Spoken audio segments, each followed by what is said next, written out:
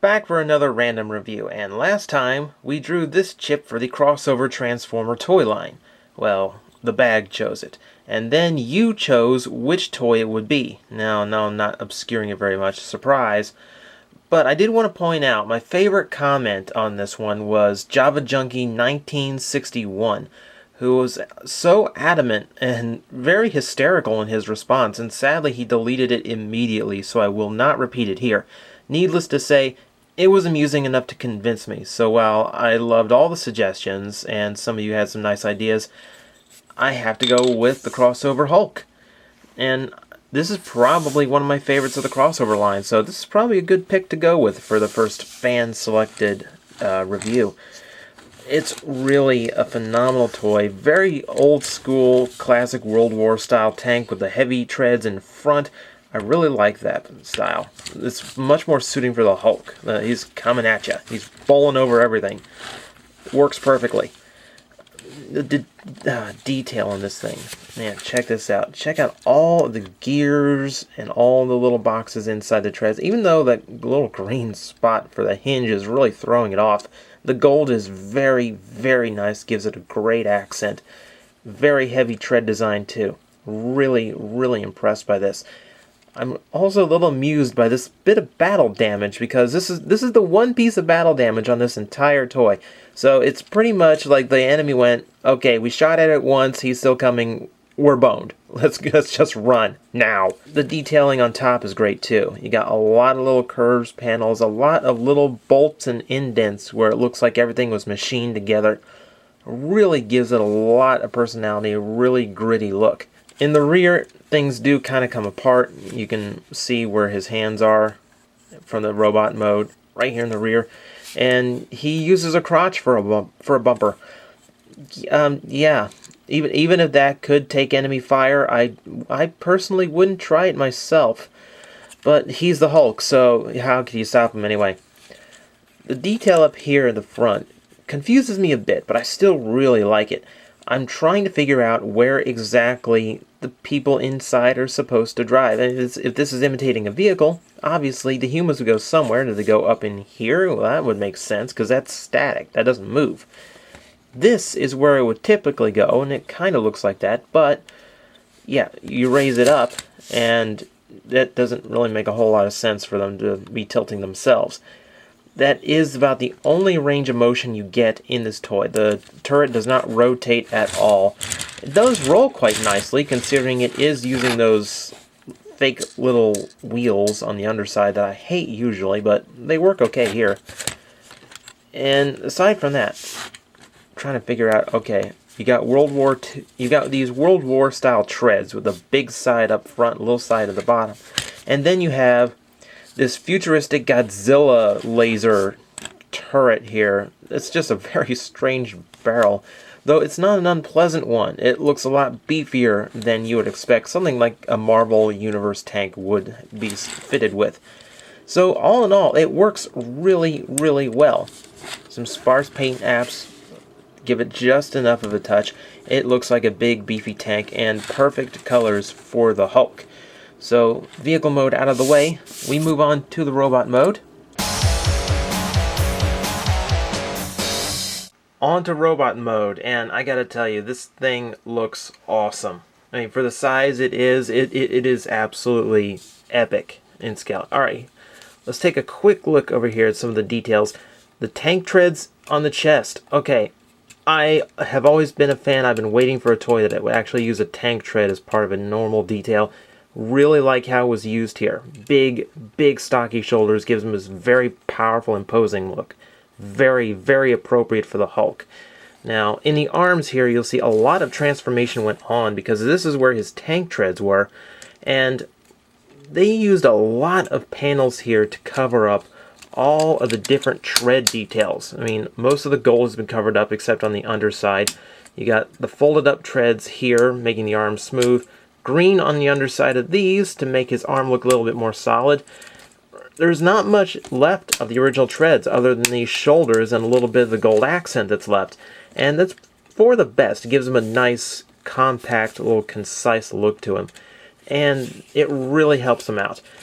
He's also got these nice bits of articulation. You can see the heavily ratcheted shoulders and some soft ratchets on here.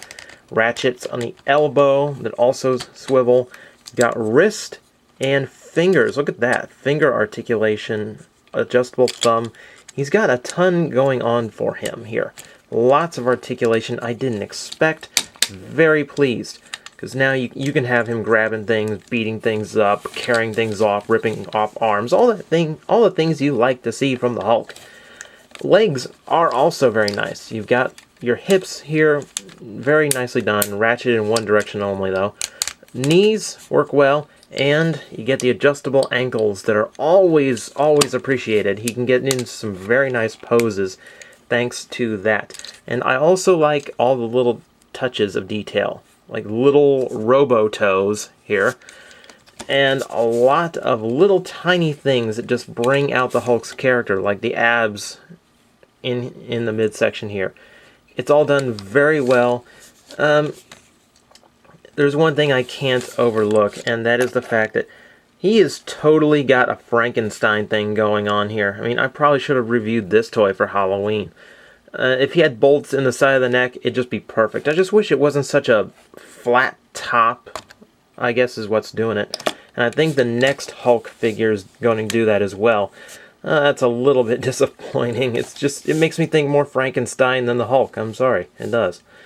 So you've got tons of articulation here and a lot of really nice detail. What's also nice is he's got some pretty hefty punching gimmicks. Now, normally I'm not a fan, but it's the Hulk. What else are you going to do with him? And technically, he's got two.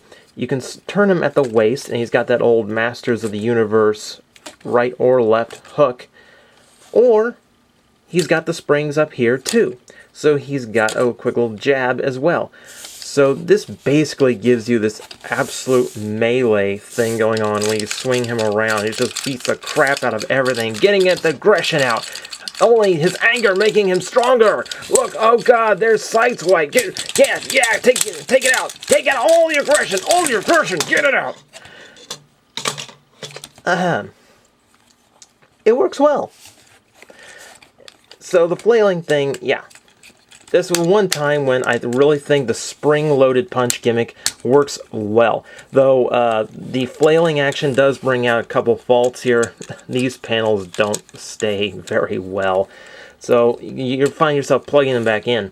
And if you follow the directions on the instructions, or just take a look at the photos on the box, these are going to be mistransformed, and his arms are going to be way too close to his body. You might not even be able to do the big arm flailing thing at all.